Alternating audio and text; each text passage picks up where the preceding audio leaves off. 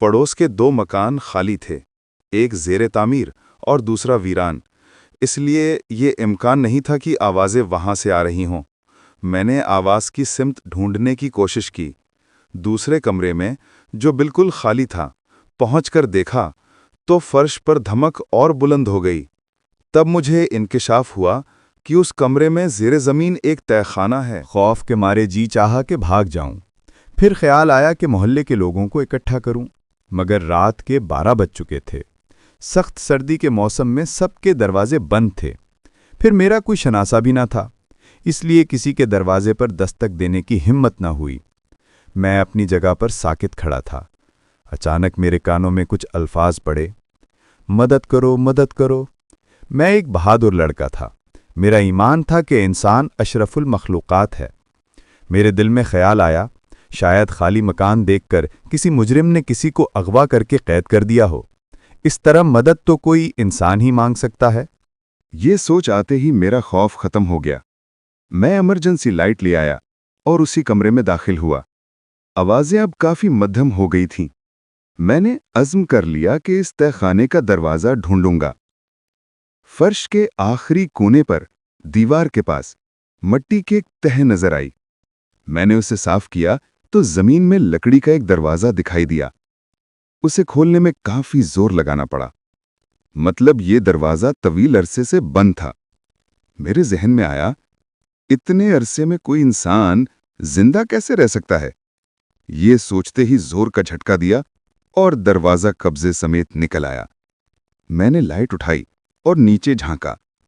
زیادہ سے زیادہ 8 فٹ کی گہرائی تھی۔ گویا تہخانہ زیادہ نیچے نہیں تھا۔ لکڑی کا ایک بوسیدہ زینہ تھا جو صرف 4 سیڑھیوں پر مشتمل تھا۔ میں نے احتیاط سے اس پر قدم رکھا اور پھر اچھل کر فرش پر کود گیا۔ میرے خدا، کیسی ویران جگہ تھی! پرانی لکڑیوں کی بدبو سے طبیعت عجیب سی ہو گئی۔ اب جو کوئی بھی ہوگا وہ خود ہی سامنے آ جائے گا، مگر کوئی نظر نہ آیا۔ میں نے لائٹ کی روشنی آگے کی طرف ڈالی اور پھر میرا دل لرز اٹھا۔ مجھے لگا کہ میں خواب دیکھ رہا ہوں۔ مسلمان ہونے کی حیثیت سے میرا جنات پر یقین پختہ تھا۔ یہ باتیں میں نے بچپن میں سنی تھیں، مگر آج اپنی آنکھوں سے دیکھ رہا تھا۔ میرے سامنے چوکور بھاری پتھر تھے، ان کے اوپر کانچ کی بوتلیں رکھی تھیں، ہر پتھر پر ایک بوتل، اور ان بوتلوں میں کچھ عجیب مخلوق قید تھی۔ وہ بوتلوں کے اندر سے مجھے اشارے کر رہے تھے، مدھم آوازوں میں کہہ رہے تھے، توڑ دو، توڑ دو۔ میں کچھ خوف زدہ ضرور تھا، مگر دل میں خیال آیا، جب مدد کی آواز سنی تھی تو مقصد یہی تھا۔ اب چاہے انسان کی مدد ہو یا جنات کی، سب کو پیدا کرنے والا تو اللہ ہی ہے۔ مجھے ہر حال میں مدد کرنا ہوگی۔ میں نے بلند آواز میں اللہ کو پکارا، اے وہ جو ہمیشہ زندہ رہتا ہے، میری مدد کر اور ان کی بھی۔ اور پھر تکبیر کا نعرہ لگایا، اللہ اکبر۔ میں نے پہلی بوتل اٹھائی اور زور سے فرش پر دے ماری۔ شیشے کے ٹوٹنے کی آواز کے ساتھ ایسا لگا جیسے بادل گرج رہے ہوں۔ پھر دوسری بوتل، پھر تیسری، ایک کے بعد ایک تمام بوتلیں توڑ ڈالیں۔ بالآخر آخری بوتل بھی ٹوٹ گئی۔ میں وہیں تہخانے کے فرش پر بیٹھ گیا۔ بوتلوں سے دھواں اٹھنے لگا اور دیکھتے ہی دیکھتے وہ دھواں لمبے سایوں میں ڈھل گیا۔ ان کی آواز آئی، ایسی جیسے 2 پتھروں کو آپس میں رگڑا جا رہا ہو۔ وہ مجھے دعائیں دے رہے تھے اور میرا شکریہ ادا کر رہے تھے۔ میں جاننا چاہتا تھا کہ ان پر یہ ظلم کس نے اور کیوں کیا۔ نہ جانے وہ کتنے سال سے قید میں تھے۔ وہ شکریہ کے طور پر میرے آگے پیچھے تیر رہے تھے۔ تہخانے میں آکسیجن بہت کم تھی، مجھے سانس لینے میں دشواری ہو رہی تھی۔ میری حالت دیکھ کر وہ میرے قریب آئے اور لمحے بھر میں اپنے گرم بستر پر تھا۔ مجھے محسوس ہو گیا کہ کمرے میں اکیلا نہیں ہوں، مگر اب خوف کا نام و نشان تک نہیں تھا۔ وہ لوگ میرے آس پاس ہی تھے۔ میں نے ان سے وہی سوال کیا جو میرے دل و دماغ میں تھا۔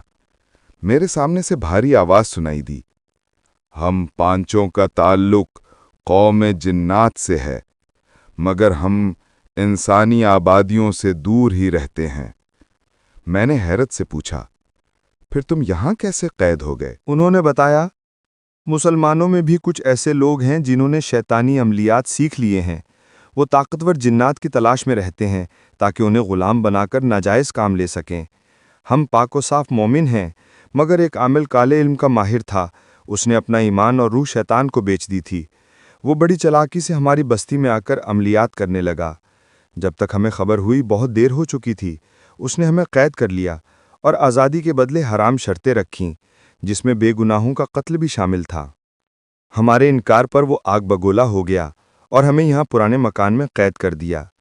یہ ایسی قید تھی کہ ہمارے قبیلے والے بھی ہمیں ڈھونڈ نہیں سکتے تھے۔ میں نے لرزتے ہوئے پوچھا، تو پھر تمہاری آواز میں نے کیسے سنی؟